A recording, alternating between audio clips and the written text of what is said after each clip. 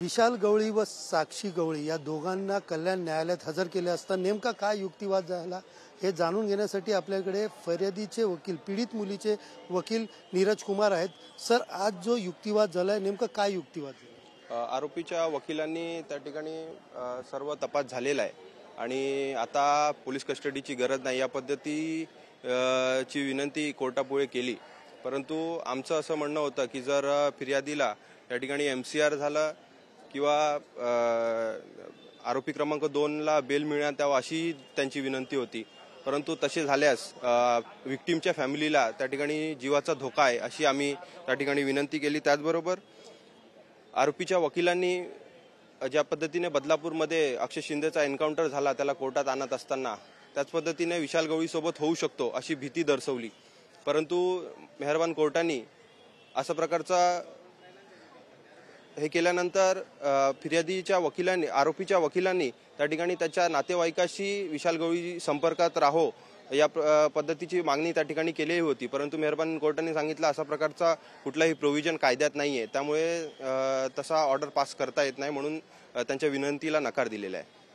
आपण पाहिलं तर ती हत्या नेमकी कशी केली गेली होती, काय युक्तिवाद झालेला आणि पोलिसांनी जे एव्हिडन्स आज दिलेले आहेत म्हणजे ते हत्या घटनाक्रम म्हणजे बॉडी कुठे टाकलेली, कशा प्रकारे बॅग असेल, सिम कार्ड असेल, अजून किती पुरावे गोळा करायचे, काय नेमका घटनाक्रम? मुळात पोलिसांनी बरेचसे आर्टिकल सीज केलेले आहेत। मुलीच्या विशाल गवळीच्या घरापासून जवळजवळ 9 ते 10 आर्टिकल सीज केलेले आहेत।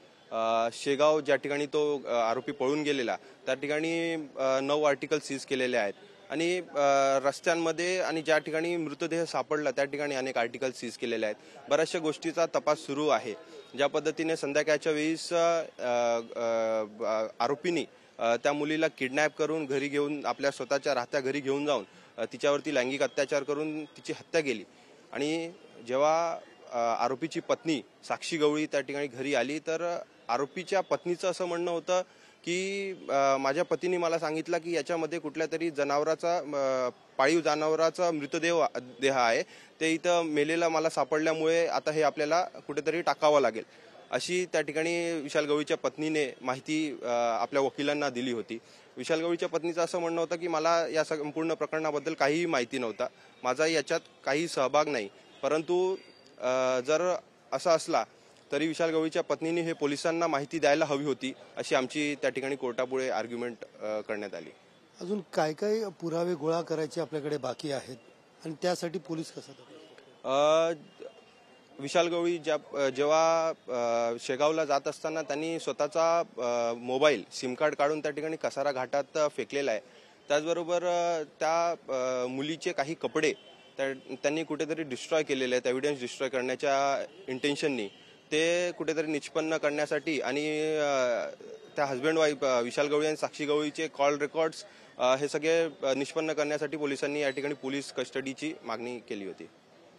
या पुढे जो आता युक्तिवाद होणार आहे किती तारखेला होणार आहे आणि नेमकं त्या युक्तिवादमध्ये आपण काय मागणी केलेली आहे आणि उज्ज्वल निकम याची पुढचं जो या केस संदर्भामध्ये उज्ज्वल निकम यांना नियुक्त करण्यात आलेले अशी माहिती मिळते, काय नेमकं? मेहरबान न्यायालयाने 4 तारखेपर्यंत अर्थात 2 दिवसाची पोलीस कस्टडी दिलेली आहे। त्या 2 दिवसामध्ये जर पोलिसांचा तपास पूर्ण झाला असेल तर त्या ठिकाणी आम्ही MCR ची मागणी करू। MCR तर नक्कीच होईल, परंतु कुठल्याही पद्धतीचा दोघांपैकी कुठल्याही आरोपीला बेल मिळू नये अशी आमची त्या ठिकाणी युक्तिवाद असेल। आणि माननीय उज्ज्वल निकम साहेबांबद्दल या ठिकाणी कुठली औपचारिक माहिती आम्हाला मिळालेली नाहीये। कदाचित रिमांडवरती ते रिमांडसाठी येणार नाही आणि ज्यावेळेस ट्रायल चालेल तर कदाचित ते त्यावेळेस येतील अशी आम्हाला माहिती मिळाली आहे। एकंदरीत पाहिलं तर कुठेतरी ज्या वेळेला ही केस स्टँड होईल किंवा या केसवरती युक्तिवाद होईल त्यावेळेला उज्ज्वल निकम या केस संदर्भामध्ये युक्तिवाद करतील असं म्हणणं नीरज सिंग यांनी या ठिकाणी व्यक्त केलेलं आहे। कॅमेरा पर्सन नागनाथसह सुनील जाधव, TV9 मराठी, कल्याण।